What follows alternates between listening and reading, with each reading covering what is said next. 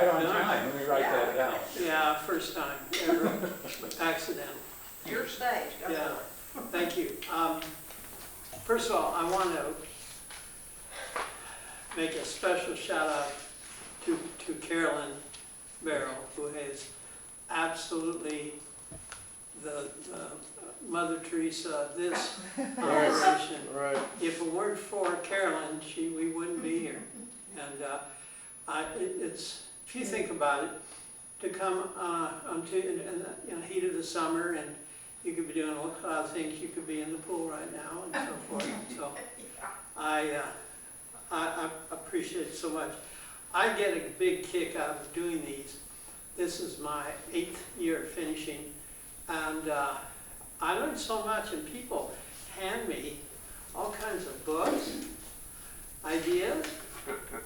Yeah, awesome, thank you. And I've had several others during the series, and I've learned things. Come on in, young ladies. We're waiting on you. We saved you seats. Yeah, we're killing time so you be here in time. So Carolyn, my profoundest thanks and appreciation for all you do. And you do it for so many, and people, as with so many things, we don't appreciate what other people do for us enough. And also I want to thank John Lipinski, the famous white buffalo, is here tonight in another outrageous outfit, which we love. And it's for him, it's way dressing down. Usually it's way over the top, right, Catherine? And ties that'll knock your eyes off. Hi, Shannon. And so he's subbing for our friend Jerry tonight, doing the video. So we're real appreciate that.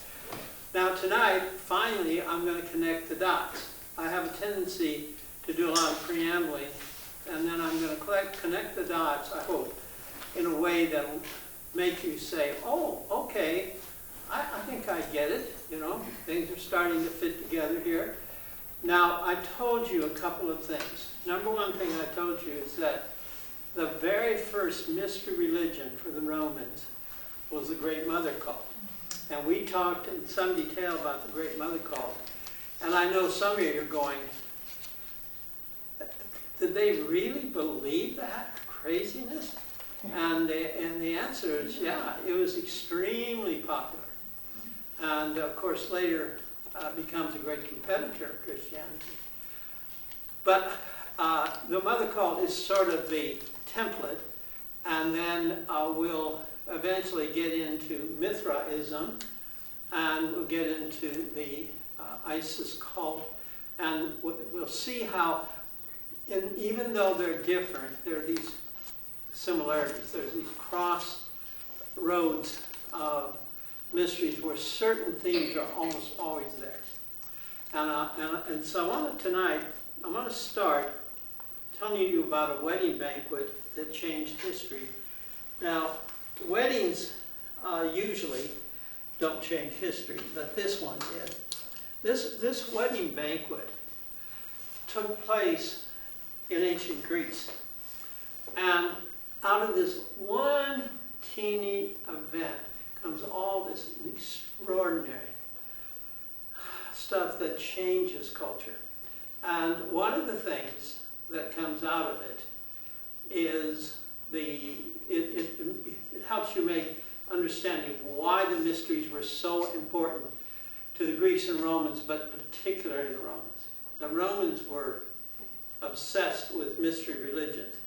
And this famous marriage banquet took place between the couple getting married were royalty. Now, I always have to point this out to my students. In the ancient world, royalty and divinity are the same thing, right? Royals are different than you and I, except for John, of course, he's a royal blood. But the rest of us have ordinary red blood. And you've heard the expression blue bloods, right? Well, why do they call them blue bloods? Because blue is the blood of royalty. And so this wedding was so important that all the gods from Olympus came down. All the goddesses, almost everybody was there. All the kings, queens of the area, people came from far away to represent their city, to be at this one royal wedding. Now, have you ever heard the expression, the invitation is everything? Have you ever heard that expression? There was one relatively minor god who did not get an invitation to this royal wedding, and he was livid. And, she, a goddess, was livid because she felt scorned. And remember, hell hath no fury like a woman scorned. And so she was very, very much trying to think of a way to get revenge. So what she decided to do was to come to the wedding, crash the party, as it were. Because remember, weddings then were nothing like what we think of a wedding. We think of a wedding as two people going together, free choice, standing in front of a minister and saying the I do's, and it's all open. And ancient weddings were a family, two families were coming together to bond together. And it's all about the relationship between those two families. And the negotiations might go on for months, if not years, in order for the right amount of money to be passed from the family of the bride to the family of the groom. The family of the bride is the one who has to pay. This is called a dowry. Dowries are really, really important in the ancient world. A dowry means it gives the girl social mobility. Girls can move up. Men can never move up, at least not in that way. So what they had then was an event where the contract, the verbal contract, would be cemented, would be consummated. They'd come together, and the two families would sit down at a meal. It's called a banquet. We have a fabulous example of this. Jesus' first miracle is one of these banquets, right? And you might say, how is it that Jesus is, how is Jesus there, and why did he turn the water into wine? Well, the point of that story, and the stories about ancient weddings, is that there come together the couple who have virtually nothing to say about who they're going to live with. Now this seems abhorrent to us, right? But to them it's perfectly normal. So the girl is told, you're marrying somebody, you'll meet him at the banquet, right? And so, you know, the famous idea of veils. I'm old enough to remember when women wore veils. Marka, you remember that? And then in the ancient days, the veil would be, you couldn't hardly see through it. So once the deal is consummated, the bride lifts the veil and the groom gets to see her for the first time, all right? Now, I don't want to beat this to death too much, but I want to emphasize that at this wedding, the couple's coming together, and once they meet, they immediately, while the banquet is going on, they'll immediately go and consummate the marriage. In other words, to this day, in Texas, you can go before a judge, and if you're willing to sign an affidavit that says, we never had any sex, Your Honor, then there is no marriage. It's called an annulment. So a lot of people lie through their teeth because you can get an annulment for almost nothing, whereas a divorce is very expensive, you see. As well as the two parties are willing to agree to write they never had sex and so on. And so, you know, people still do that to this day. Now, at this wedding, this minor goddess named Dis came and brought an apple. This is my version of an apple. And a gold apple. And she reasoned that there would be a big fight over the apple because of what she wrote on it. Solid gold apple, even today, would be worth a fortune, right? But on the apple is written, "For the most beautiful," right? Sound familiar? Mirror, mirror on the wall, who's the fairest on the wall? I mean, this is the kind of thing. So you might call this the world's first beauty pageant, because what happens is the golden apple is delivered to Zeus. He's the alpha god in the room, and he realizes this is poison, this is dynamite, this is dangerous. And so what he does is he looks around for somebody that he can palm it off on, and he sees a young man by the name of Paris. Now Paris is representing his family. He's one of 50 sons of a king named Priam. And Priam is king of Troy.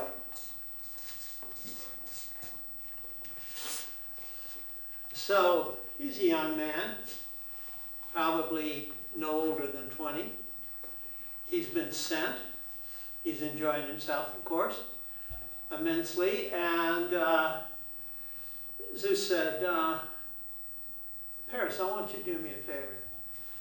We have this golden apple for the most beautiful. I'm obviously not in a position to make a decision, but I'd like you to. I want you to go through the banquet hall and show the apple to everyone. And then at the end of all this process, you may choose who has the apple. And so he's thrilled. And he just loves it because he goes to a group over here, and the young women gather around and see the apple, and they're very flirting with him and very much interested in being declared the most beautiful. See, it's ironic. The term it's most beautiful is more valuable than the apple, right? But in order to be declared the most beautiful, you have to get the apple. So finally, he starts going around, and one of the goddesses, the wife of Zeus, named Hera, comes up to him and says, hey, listen, Paris, if you'll give me the apple, I will give you all of Europe.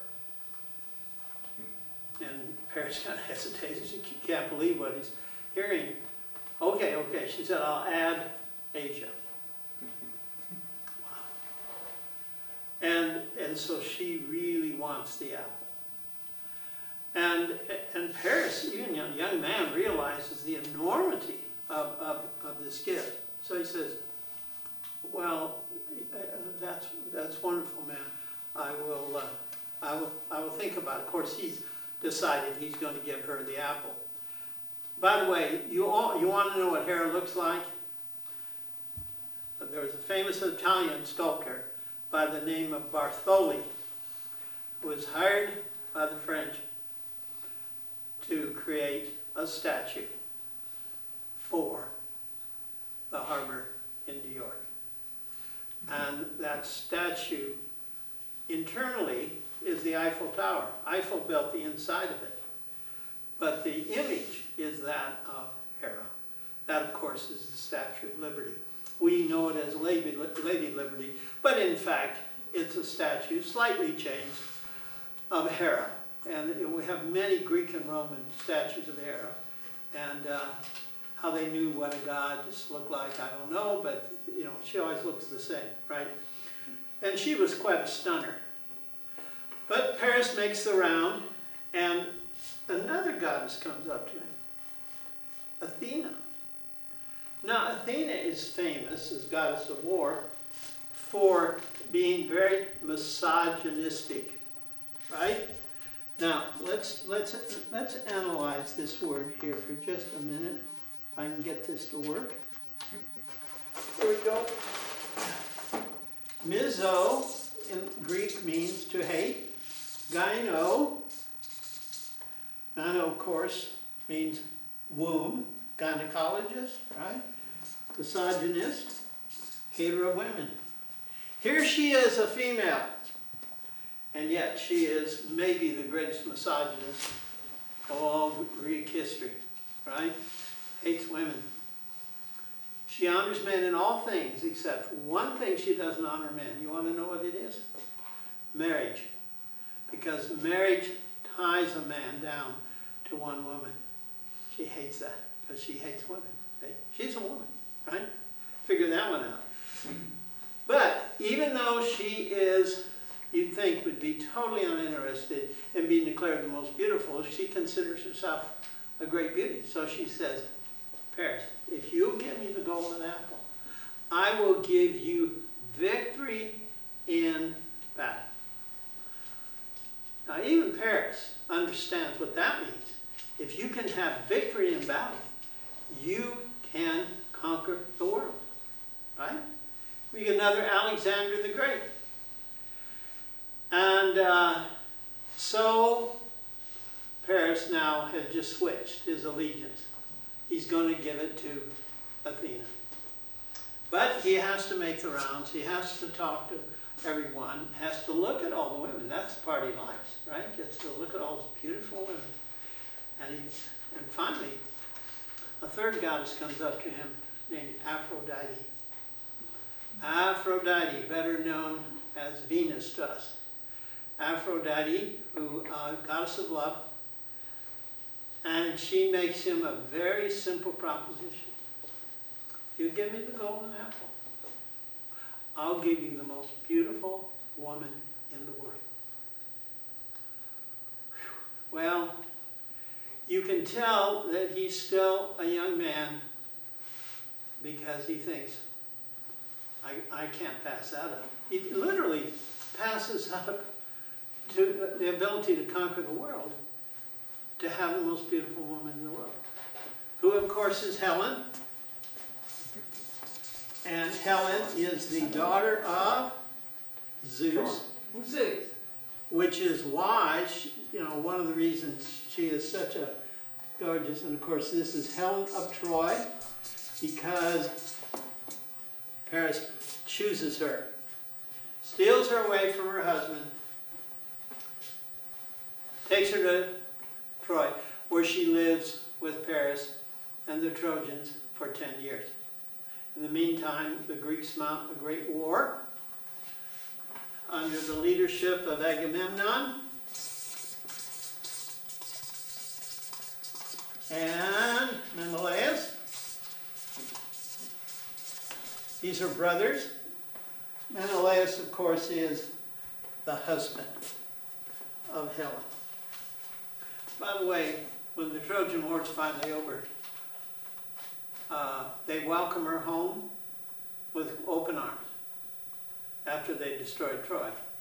But they get Helen, and because remember, women are thought of not as having free will, you see. In other words, they understand, she was forced by Aphrodite, put her under a spell, made her go with Paris, you see. All right, so this is how Troy comes to be destroyed. And the end of the Trojan War.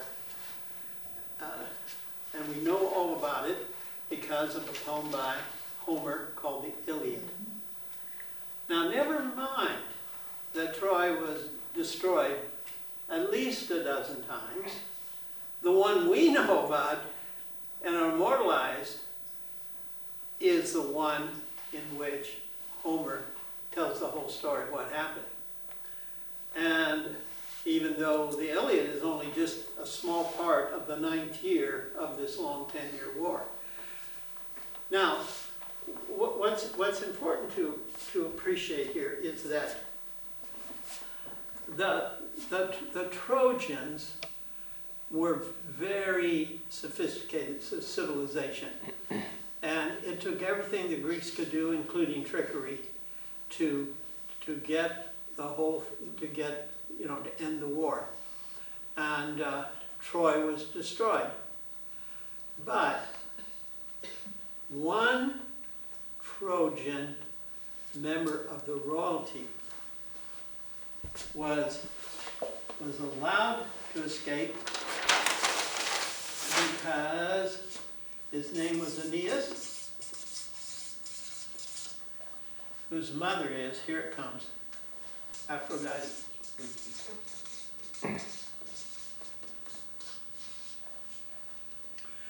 And so Aphrodite causes him to turn invisible, and then he's sent off, and his mission is to find a new place to establish New Troy. So Aeneas then specs the next 10 years. All these are in 10-year units, by the way. Because remember, the Romans, base 10, right? So here we have Aeneas going on his journey, and one of the members of the royal family was named Cassandra. And by the way, Cassandra, who could foretell the future exactly, was a Sibyl. Okay? Now, Cassandra's brother, whose name Helenus, tells Aeneas, now on this trip, what you're looking for, the person who can help you, the person that's going to be the solution to all your problems in terms of finding out where you're going to go, is called the Sibyl of Cumae. Okay? Cumae is a place north of Naples, south of Rome, and of course when Aeneas, he has no idea where the Sibyl of Cumae is. So he's searching for her. There are many, remember, there are many Sibyls. And so he goes then, and finally somebody knows where the Sibyl of Cumae is, and he goes through, endless adventures, including when he finds the Sibyl of Cumae, she leads him into Hades. She leads him into the underworld. It's because the dead always know the future. See, one of the paradoxes of the ancient world is this. They believed that everything in the future is fixed. You remember John Calvin? John Calvin's whole theology is based on the idea that everything is fixed, right? That it's fixed in time, and what's fixed is the will of God, but the will of God is in time going to be revealed. And we had a famous Calvinistic preacher in Dallas by the name of C.I. Scofield, who believed that was true, and interpreted everything in the Old Testament and New as foretelling the future, and wrote and published a Bible in which there was a center, a margin down, where he would write in his interpretation, explanation of what's going to happen in the future. Okay? In other words, for him, the Bible is just a big code book of prophecy, telling you what's going to happen in the future. And C.I. Scofield, of course, started a little school to promote this idea, which was taken over later by a man named Schaeffer, who renamed it Dallas Theological Seminary. Dallas, Texas is the Vatican of predestination. Amazing. You'd think it'd be Scotland or somewhere, right? Where John Knox was. But the center of the predestination world is Dallas, Texas. It has been for a long time. And these people believe in all their heart that the future is already laid out there. And we won't get into what they believe about dispensations and all that. But just to point out that we still have people who believe this same thing, that the future is already set. And that's important. All right. So he finds the Sybil of Cumae. Now I'm going to tell you a story. So, a few years ago, I had a group in Italy. Now, some of you that have been around a long time know I've taken students all over the world, many tours, student tours, and I've seen, amazing things. Well, anyway, one of my very last ones was in Italy, and I was in the Sistine Chapel. There was about 1,000 people trying to get a look at those beautiful frescoes by Michelangelo, right? And I see this woman. I showed her a picture early of her the first night. And I looked at that and I said, who in the water? Because everything on there, is biblical, right? And yet, who could that be? So I looked at my little guidebook and it says, the Sybil of Cumae. Then I find out there are 3 more Sybils in the Sistine Chapel, the very heart of Christianity. Why? Because St. Augustine believed that the Sibyls predicted correctly the appearance of Jesus of Nazareth. And therefore, they had been sent by God. They were divine messengers, if you will, for this news. This was really a shocker to me, that to see these pagan Sibyls in the Sistine Chapel. All right? Now, here's what happens next. So, the Sibyl tells them, you are to settle here on a river. Turns out the river is the Tiber. And there you are set up neutral. So he does. But from the very beginning, these New Trojans are fighting other groups, other tribes, other people who want this land because it's beautiful. Italy is gorgeous. If you haven't been there, you may not know how really lovely it is. And so what happens is, after he's died, his descendants are trying to keep the thing going, right? And they have lots of trouble. So this goes on for generations. Finally, there are 2 twins born, Romulus and Remus.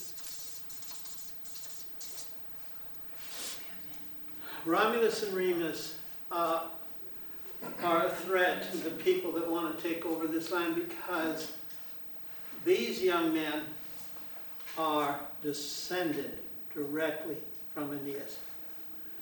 And you know who else is directly from Aeneas? The Julian family. The Julian family. Julius Caesar. And then all the rest down called themselves Caesar after that. Julius Caesar. The Julian family saw themselves as Trojans. See, this is what's so hard for us. It's like the people that came to America and settled the colonies. They didn't think of themselves as Americans. No, no. They were Englishmen in this new country, right? But they're still Englishmen, right? Washington, for example, was literally English royalty.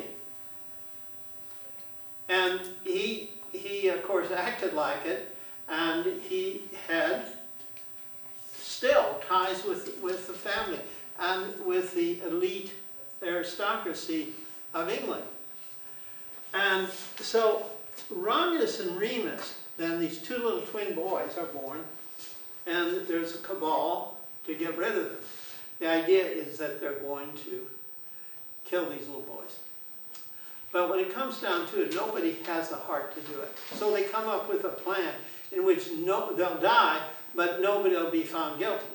In other words, nobody will have to do it. So they put them in a basket in the full moon of February. Now remember, the Romans, the Jews, the Greeks are on the lunar calendar. So when they see the crescent moon every month, that would be the first day. And so by the time you get to the 13th, 14th, 15th, this is the this then is the full moon in which they would have their major festivals.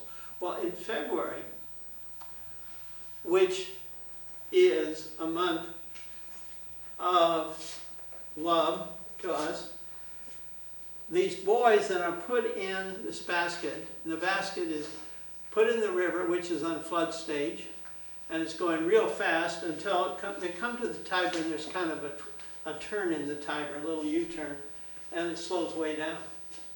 And the basket gets caught in a tree, and there they are in their basket just hanging out there. And along comes the she-wolf. And the she-wolf, the key word here is looper. A looper, this is Latin for wolf. She-wolf. So the looper comes out. They would get on a branch or something, and it just gets above where the basket is and leans down, and the boys are able to suckle from the she-wolf. She-wolf keeps them alive for a while until a shepherd shows up, takes them off, raises them as shepherds. Later they find out who they are. They find out they're descended from Aeneas, and they are going to now try to build up New Troy. Right? That's the whole point. However, they're still young men. Young men get into little squabbles and have a little wrestling match. Nothing really serious, but something happens, and Romulus actually kills Remus. So now Romulus is left, and Romulus decides now that in the very spot where the loopers saved them, they're going to build a city to remember their salvation. So the city eventually, of course, is named after Romulus, Rome, and Roma in Latin. And this city then is the place where the Romans will always think is most sacred to them. And this is the place where they then will build up this great culture. Now remember, to us, we think of them as Romans. But they don't think of themselves as Romans. You see, what they are Trojans. This is crucially important for the mystery religions. All of this to explain then to you what happened on this date then.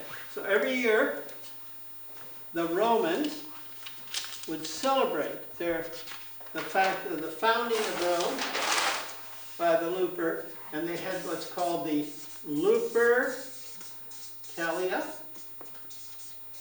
on the full moon. And because, remember, Aeneas's mother is Aphrodite, and Aphrodite is the patron goddess of Rome. This is dedicated to Aphrodite, but the Romans call her Venus. Her son is Cupid. It's on the full moon, somewhere approximately the 13th, 14th, or the 15th of February. Any of this sound familiar to anybody? Yep. Yeah. This is Valentine's Day. The Christians, when Christianity came along, they couldn't have the worship of a pagan goddess, so they just took out Aphrodite, Venus, and stuck in this Christian saint named Valentinus. And yet, ironically, Cupid still survives to this day. The very symbol of Valentine's Day is Cupid shooting the arrows of love. All right, now we go back to the Sibyl of Cumae. And remember that the Sibyl of Cumae, how she operated, she would write down on leaves this information, which might seem gibberish, but people would read it and interpret it in certain ways. And these are called the Sibylline books.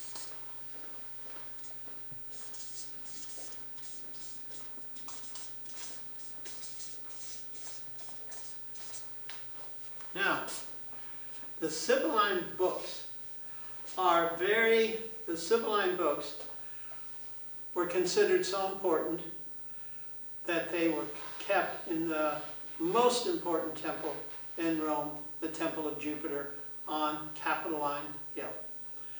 And so the Sibylline books then were as close to scriptures as the Romans ever had. They don't, if you think about the Roman religion, they don't have a holy book per se, but they have the Sibylline books.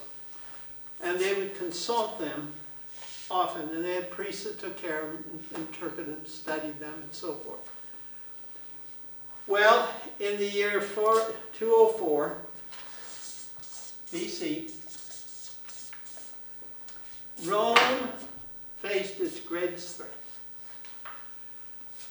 This Carthaginian general had had taken his army and his elephants across at Gibraltar into Spain, and had marched them up into France, back down into Italy, and had come over. He didn't do it that way.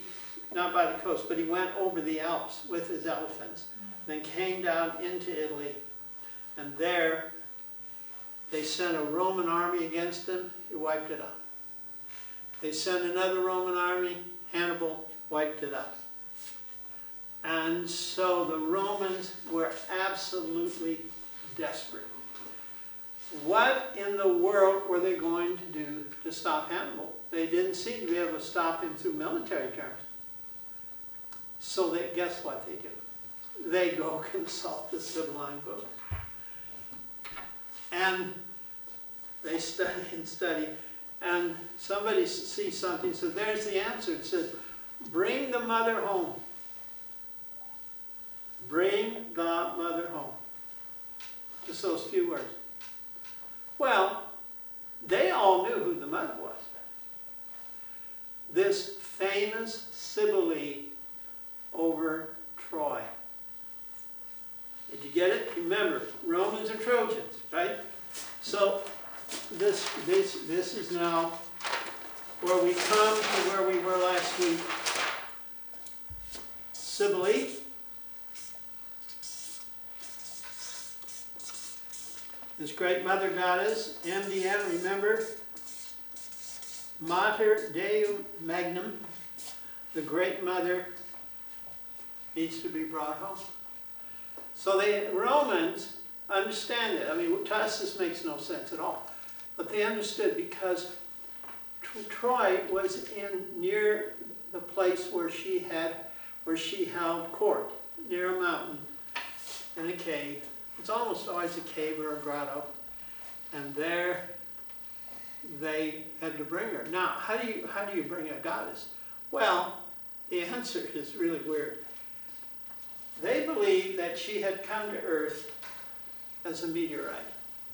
A meteorite lands, and they see this rock. It's a black rock like basalt.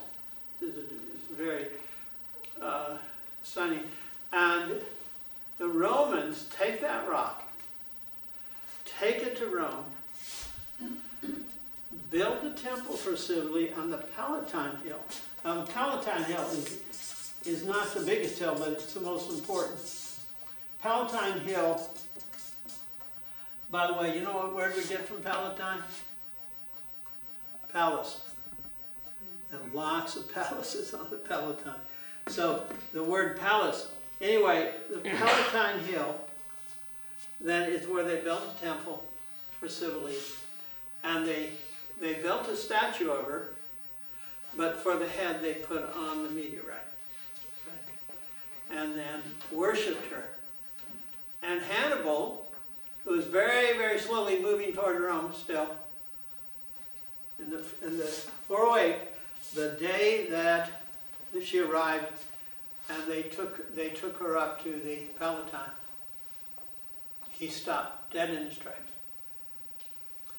And then instead of attacking Rome, he does his flanking way around Rome, and then the Romans start chasing him, and they finally run into him at Zama, down near Carthage, and they finally capture him.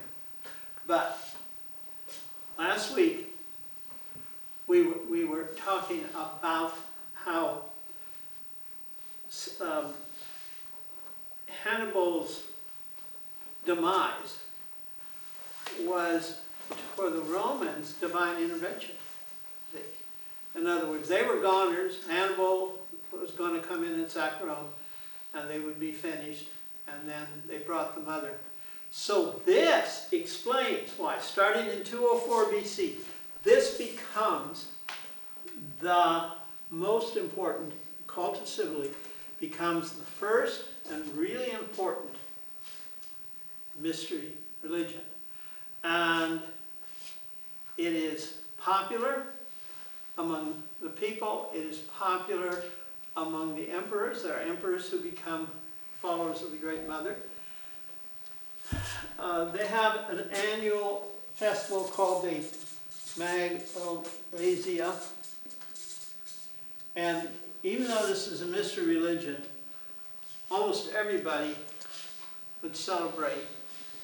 Now, I told you last time about how on this day, the Day of Blood, in March, they would have a pit with some boards on top where they'd put a bowl, slit the throat of the bowl, and this blood would flow. And then the blood would flow upon these men who were about then in that bloodbath, literally bloodbath. They would then castrate themselves, and they would make themselves into eunuchs and become devotees, priestess. And I showed you one or two of those men last time. Now, here's then the big connection here. When they brought in the mother goddess, they're bringing the Trojan mother, as it were, right? And this then, for the Romans, is the natural order of things. Who else would they call on when they're in really bad shape? And then so in their way of looking at this is that they worshipped her, but they also worshipped Aphrodite. And this is why the Lupercalia is so wrapped up in the goddess of love. It is the holiday of love, always has been, always will be. But for the Romans, it had a very practical purpose. Encouraging couples to get together, to have sex, to have more children. Children, that's what they wanted. Bigger population, more Romans, more Trojans. And the Romans, ironically, go and eventually defeat the Greeks and eventually take take Troy and they see it as restoring Troy to its glory, right? Troy, that was so important, Alexander the Great went there first before he went on his great conquest so he could get the armor of Achilles and be invulnerable. Really important, right? And so there's so many connections here, you see, that all kind of tie together. Most people, when they study Greek and Roman, that they know about the story of the Trojan War, but they don't realize the enormous significance of this, you see. And then the Romans would send these Trojans, for example, Paris, France, named after Trojan. Brutus went and was the first to settle England, which is why to this day it's called Britain, from Brutus. And it's this idea. Now, I've been talking very much on the theme of how one thing the mystery religions brought with them is the idea of individual choice in religion, right? It takes a long time for that idea to really sink in to the point of where women and men can have individual choice in who they want to live with, right? And this doesn't come, by the way, until very, very late. You'll start to see the beginning of it in the Middle Ages. But even in India, today, there's still a lot of arranged marriages. Did I tell you the story of these two Indian students I had that were twins? One a boy, one a girl. And we used to talk about this. And I'd say, now, are you guys going to have an arranged marriage? Because in India, and even here in the United States, they'll have these what used to be pamphlets, this is done on the internet now, where women will be advertised, available for arranged marriage, see? And it'll get, they always say, doctor of whatever, specialist whatever, degree from Cambridge, that kind of thing. And so it's still done. So anyway, these twins, I said, are either you're going to have an arranged marriage or you're going to do the American way of dating? And they weren't sure. So luckily, a few years later, I ran into the boy. I said, I wondered about you two. What happened? He said, well, my sister went back to India and had an arranged marriage. And I stayed here and dated a girl and got married. They both had identical upbringing, but they made a free choice, right? In other words, even though she did arranged marriage, she did it as a free choice. Okay. Now, we owe these mystery religions a lot, in my opinion, for a number of things, but among them is this idea that in religion, free choice. Okay. Free choice. All right, now, I want to, I want to talk to you about two other, then later, mystery religions. The one called Mithraism. Now, Mithraism is really hard to talk about because the historians disagree on so many things about it. It's really hard to get anybody to agree. Mithras may very well have been a Persian god associated with Zoroastrianism. What I want to point out to you, though, is that here he is as a god, a mystery religion in Rome, only worshipped by men. Almost, and then to a certain extent, in the purview of military, police, people, official people, official men, and they would have secret meetings. And these are called Mithraeums. These are the temples of Mithras. Mithraeum.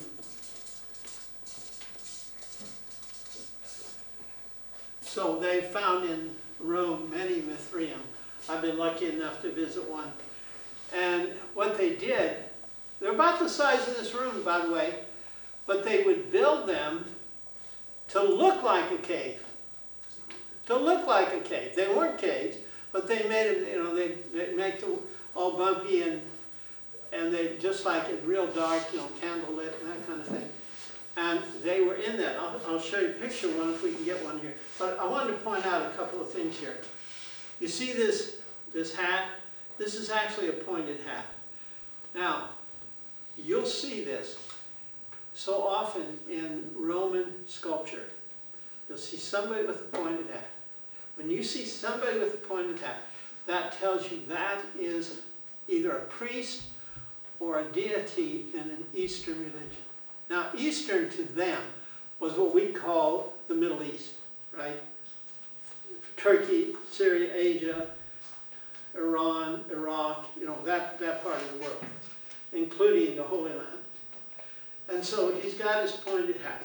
Now, let's see, Carolyn, I'm just in so hope this will work. Let me see if I can get it. Oh, there it is. There we go. Okay. Come on. Now, what is the symbol of Mithras? The pointed hat, and he has the aegis. Now, last time we were talking about the aegis. I just wanted, for those of you that weren't here, I'd like to point it out. Aegis is a kind of a cape that defines divinity. In other words, this is somebody that has superpower.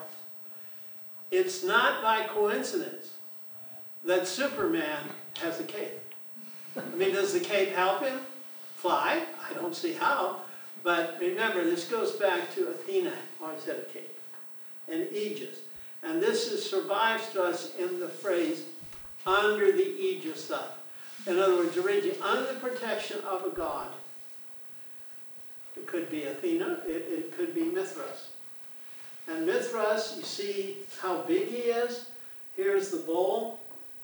Normal-sized people are back here doing something or other. And by the way, in the spot the bowl, just exactly where the bullfighters put away the bowl, get the blood. Why the bull's blood? A lot of people have talked about this. But I think what it basically comes down to, the bull is one of the few animals that's much stronger than humans, and yet humans can conquer the bull. One individual human can conquer a bull. Or a bear, right? You see a lot of bear cultures where up north where they didn't have bulls. You see the same kind of thing. But it's about getting the blood. The blood is holy. The blood is sacred. The blood has power. All right, let's see how we're doing here. If we can get this. Yes. This is just a kind of close-up. You see how the aegis is flying. All right, now this is a Mithraeum I was in Rome. By the way, it's very near the Lateran Palace, which was the home of the Pope for about 1,000 years. And it's a, you know, in other words, if you're here and you take the steps up, you're in a Roman Catholic church, right? So you see these kind of terraces here. Romans, you remember, didn't sit like we're sitting. They didn't have chairs. So when they would sit kind of what would look like a side saddle, right? And not with their legs hanging down. So the men would sit up here, and there would be a service of some kind. The horns on this represent the bull, I believe. And there was some natural order to the way they did the service and what it all meant. But it's secret, right? If you fast forward, let's say, to Freemasonry. Freemasonry, they meet very much in secret. They do rituals, and what they are watching, if you know anything about Masonic, oftentimes are dramas. They're watching dramas that have stories that explain really important mystical ideas. if you go down to the Dallas Temple here, you will find, and you can actually go in and see the theater. The theater is gorgeous. And they have about $1 million in costumes. And they have people that play these mystical roles. But that part of it's all secret, right? And so this is very much the same sort of thing. Remember, Masonic, men only. Mithraism, men only. All right, now let's go here. One of the great strengths, if I can get there, we go. That doesn't show up very well. Here's somebody, here's a soldier with his sword wearing kind of a Mithra uniform. See his pointed hat and so on. And his sword. Okay, let me see. Come on. You're doing. See, you can't believe how sensitive this thing is.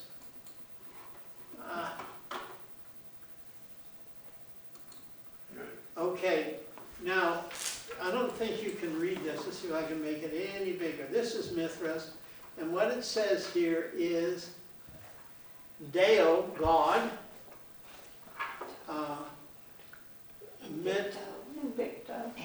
Invicto, invincible, God invincible, and then it, let's see, Mithra, and so forth. In other words, it would be kind of an object of worship, this shrine. Right, now I want to talk to you, just since time is almost running out here.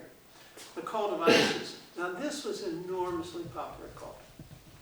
And we've already talked about Isis in Egypt, how important she was. Well, the Romans took her in, but they Romanized her. See, she's wearing a Roman dress. She has what's called a sistrum. A sistrum. This is a little instrument that as you move it through the air, it makes music, right? And so if you see somebody wearing the sistrum, it's probably a follower of Isis. Okay, come on. This is one of her temples, an Iseum. And it looks very much like what churches look like. Here are her followers. You recognize here the first one carrying a sistrum and some kind of ladle, or it could be a horn. Then the next man is carrying the wine, most likely. Then the next man is carrying the sacred scripture. And then the first lady over there is carrying the holy snake. And we've been talking about the importance of snakes and how snakes represent the mother goddess and taking care of nurturing and all of that symbolism. And that's the connection then with medicine. Okay, now, this is weird. So, her husband, remember, was Osiris, her son was Horus. We talked about that. All right? Well, the Romans didn't like that.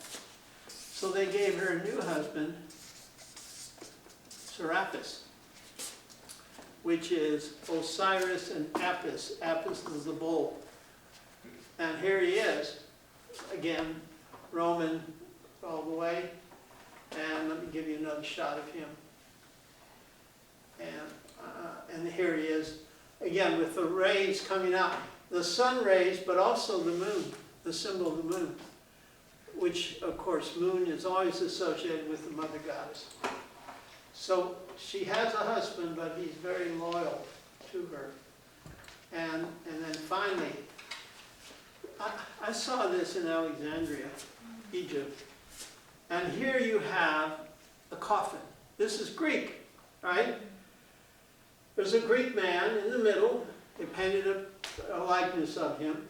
And his gods are, on the right, Serapis, and on the left, Isis.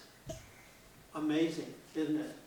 All right, now, let me say one more thing, and then we'll have to call it quits. What I started with, and what I'm going to end with, is this idea that Christianity, from the standpoint of a Roman, is just another mystery religion. It's imported from the East. It has certain features. And in the case of Christianity, it has a very compelling story about a man who sacrifices his life for mankind. And it's available to men and women. It's made it much more popular than this. And you can see why the cult of Cybele ultimately would be very marginal because of its extreme religious rituals, right? Christianity, on the other hand, was much easier, shall we say, to accept. And so, if you simplify this, these religions came into the Romans. The Romans welcomed them in. You want to build a temple in Rome? Fine. And then they finally, one of those religions starts to be very popular. And it gets more and more popular. So by the time you get up to, say, 300 AD, the time of Constantine, probably 25% of the Roman population is Christian, right? And there had been some minor persecution.